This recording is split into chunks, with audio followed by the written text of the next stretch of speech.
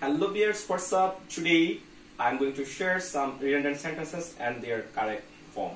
So upward, let's start. Could you please repeat that again? Here, repeat and again both are same. That's why you can simply say, could you please repeat that? Or you can also say, could you please say that again? I will return back soon. Here, return and back both are same. So you can simply say, I will return soon. I will meet him at 6 a.m. in the morning. Here you can simply say I will meet him at 6 a.m. because a.m. and in the morning both expresses the same meaning. I saw him with my own eyes. Here you can simply say I saw him because we see everything with our own eyes. That's why you don't need to say I saw him with my own eyes. She is a new beginner at the job.